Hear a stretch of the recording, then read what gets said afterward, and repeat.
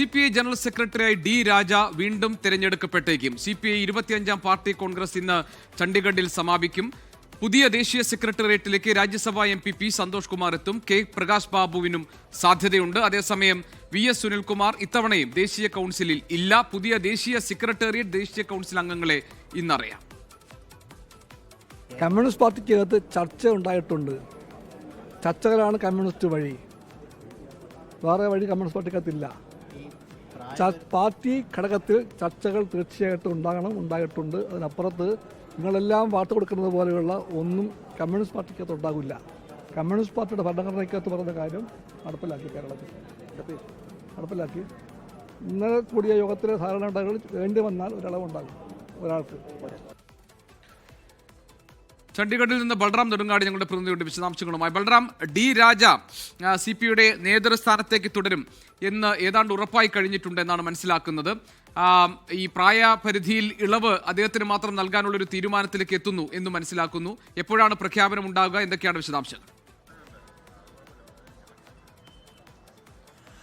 GK, ഇപ്പോൾ കഴിഞ്ഞ ദിവസങ്ങളിൽ പാർട്ടി കോൺഗ്രസിൽ നടന്ന ചർച്ചകൾക്ക് ശേഷം ആ റിപ്പോർട്ടുകൾ അംഗീകരിച്ചിരുന്നു. അതിനുശേഷം ആ ചർച്ചകൾക്കുള്ള മറുപടി പറയുകയാണ് ഈ പാർട്ടി കോൺഗ്രസിൽ. അതിന് ശേഷം പുതിയ ദേശീയ കൗൺസിൽ, ഈ നിലവിലുള്ള ദേശീയ എക്സിക്യൂട്ടീവ് തിരഞ്ഞെടുത്ത ദേശീയ കൗൺസിൽ യോഗം നടക്കും. ആ യോഗത്തിൽ നിന്നായിരിക്കും പുതിയ ദേശീയ എക്സിക്യൂട്ടീവിനെ തിരഞ്ഞെടുക്കുക. തുടർന്ന് പുതിയ ജനറൽ സെക്രട്ടറിയായി ഡി രാജയെ തിരഞ്ഞെടുത്തുകൊണ്ടുള്ള ഔപചാരികമായ തീരുമാനവും ആ ഒരു കൗൺസിൽ യോഗത്തിൻ്റെതായിരിക്കും ഉണ്ടാകുക. തുടർന്നായിരിക്കും ദേശീയ സെക്രട്ടേറിയറ്റിനെ പുതിയ ജനറൽ സെക്രട്ടറി ആയിരിക്കും തിരഞ്ഞെടുക്കുക. ഡി രാജയെ ജനറൽ സെക്രട്ടറിയായി തുടരാനുള്ള തീരുമാനം ഇന്നലെ രാത്രി ചേർന്ന ദേശീയ എക്സിക്യൂട്ടീവ് യോഗത്തിൽ തന്നെ എടുത്തിരുന്നു.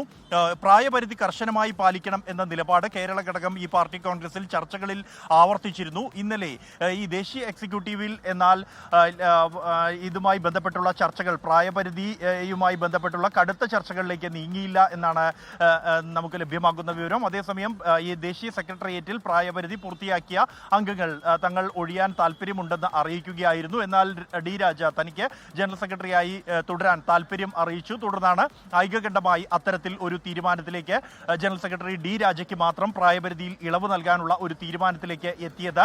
അതേസമയം കേരളത്തിൽ നിന്നും E ചന്ദ്രശേഖരൻ ദേശീയ കൗൺസിലിൽ നിന്നും പ്രായപരിധിയെ തുടർന്ന് ഒഴിയും. പകരം 2 പേരായിരിക്കും കേരളത്തിൽ നിന്നും പുതിയതായി ദേശീയ കൗൺസിലിലേക്ക് എത്തുക. ഗോവിന്ദൻ പള്ളിക്കാപ്പിൽ, ഒപ്പം തന്നെ TJ ആഞ്ചലോസ് എന്നിവരായിരിക്കും കേരളത്തിൽ നിന്നും ദേശീയ കൗൺസിലിലേക്ക് പുതിയതായി എത്തുക. നേരത്തെ കാനം രാജേന്ദ്രന്റെ ഒഴിവ്, ദേശീയ കൗൺസിൽ ഒരു ഒഴിവ് കേരളത്തിൽ നിന്നുണ്ട്. അതേസമയം ദേശീയ സെക്രട്ടേറിയറ്റിൽ കേരളത്തിൽ നിന്നും 2 പേർ എത്തിയേക്കും എന്നുള്ളതാണ് നമുക്ക് ലഭ്യമാകുന്ന വിവരം. നിലവിലെ ദേശീയ സെക്രട്ടേറിയറ്റിൽ നിന്നും 4 പേർ പ്രായപരിധിയെ തുടർന്ന് ഒഴിഞ്ഞിരുന്നു. അതിൽ 2 പേർ കേരളത്തിൽ നിന്ന് വരും. പി സന്തോഷ് കുമാർ MP, ഒപ്പം തന്നെ പ്രകാശ് ബാബു എന്നിവർ ദേശീയ സെക്രട്ടേറിയറ്റിലേക്ക് എത്തും എന്നാണ് സൂചന. അതിൽ ഒരാൾ കേന്ദ്ര കോട്ടയിലായിരിക്കും ഈ ദേശീയ സെക്രട്ടേറിയറ്റിലേക്ക് എത്തുക എന്നുമാണ് വ്യക്തമാകുന്നത്. എന്തായാലും ഇതുമായി ബന്ധപ്പെട്ടുള്ള ഔപചാരികമായ തീരുമാനം അല്ലെങ്കിൽ തെരഞ്ഞെടുപ്പ് അല്പസമയത്തിനകം നടക്കും. നിലവിലിപ്പോൾ ചർച്ചകൾക്ക് ജനറൽ സെക്രട്ടറി മറുപടി പറയുകയാണ്.